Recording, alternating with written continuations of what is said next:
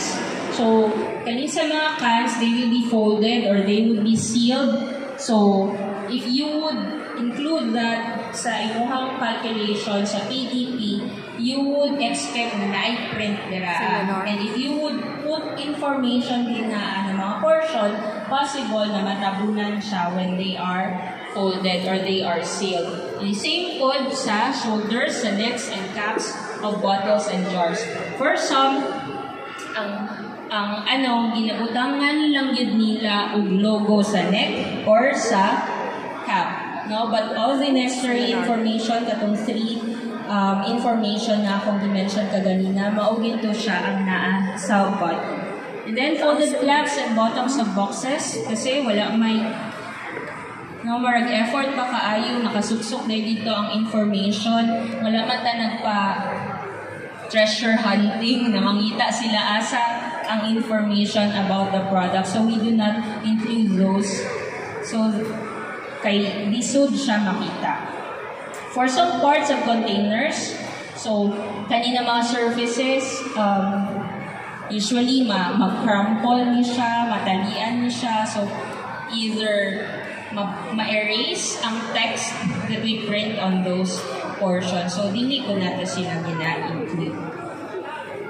And then we proceed with the information display panel. So as mentioned earlier, the information panel is immediately contiguous and to the right of any PDP. Or any adjacent area is considered as the information display panel. And then, here are the list of the information that is included sa IDP. Complete list of ingredients, food allergens, the manufacturer's identification, the expiry date, the lot identification, and then nutrition facts, direction or instruction for use and storage conditions. So, proceed ta sa 11 mandatory label information of the pre-packaged food products as mandated by FDA. So number 1 is the brand name, the registered brand, or the trademark. So earlier, IPO Philippines had their discussion on the registration, no, sa copyright, sa trademark, and if you have concerns, pwede nato sila dugulan. No? So, the registered brand or the trademark appropriated by the manufacturer or repacker or distributor or trader should be indicated dito sa ato ang packaging or sa atong label. And it must not be misleading, deceptive, and confusing. So normally, if we search the web, no, pwede natin makita ang logo ni Del Monte.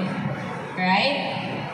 Sa assignment sa ato ang mga anak, sa ato mga pagumangkon, sa atong mga apo, pag nag-assignment, pangitaon na nato sa internet, atong kopyahon, tapos ibutang nato sa Word file, tapos i-print nato. No? Pero pag abot sa labeling, di pwede na ay, pangitaon na ko kay sikat man ni siya na brand, I want to be associated with this brand para mag-trending akong product or mas dali siya mahal. No, it's a no-no. There has to be an authorization coming from the company pag makagamit mo sa ilahang logo. No? Or sa ilang registered brand or trademark. Kay krisuhon mo or kasuhan mo ni IPO sa company if ever you would do that. And dili po pwede, dili pwede na kopyahon diretsyo. I-resolve na lang nako ang Del Monte quality. Ilisda na ako Joy as my brand. No? So, diba na ay mga ingulana, makita nato na similar kaayo ang iyahang logo or identification or ang iyahang pagka-package or pagka-design.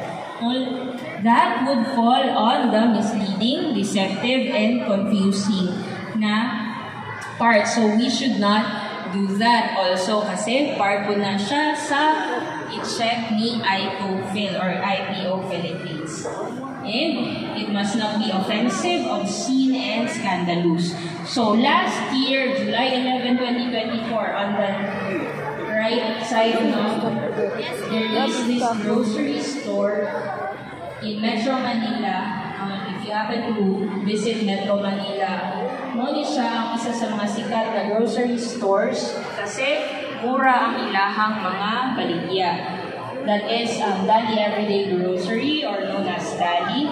So, ang products nila, naa sila yung product na similar sa Kailaman Taguig FC, Dato Puti. No?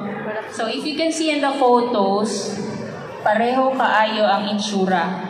It is misleading, it is deceptive, or confusing to the consumers. So, what happens? Si IPO Philippines, they coordinated with officials and ilahang i-confiscate ang katulong mga products.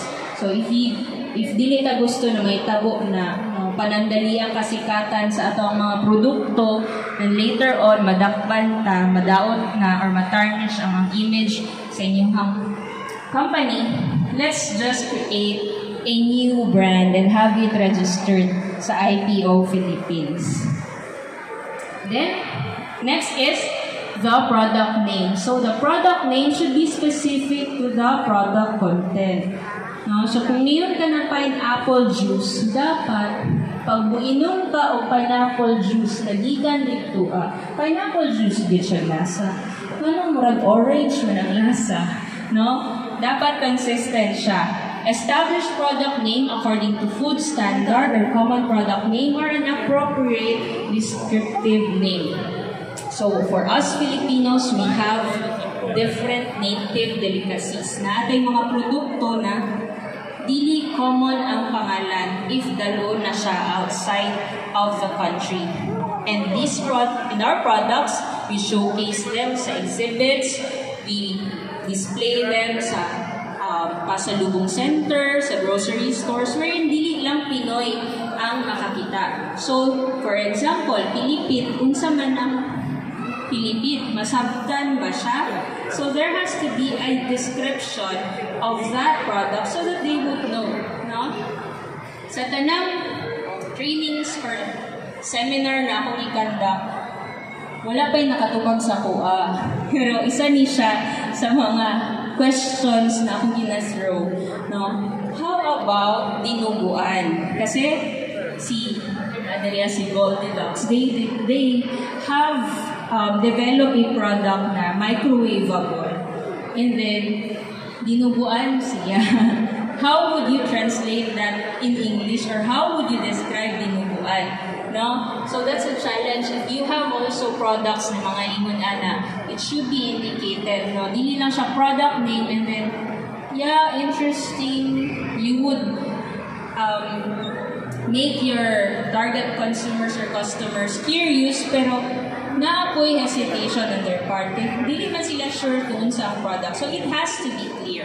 No? Coined or fanciful name may be used provided that it is not misleading, deceptive, and confusing. In the same way sa trademark mo, wala malicious, obscene, dili na siguro na ako i-example. Sometimes, kanang common meaning para to attract. No? To attract people sa inyong mga products. Let's not use that as a common. And then, it should be presented prominently. The principal is sige daw. Ay, mag-video ka, sige.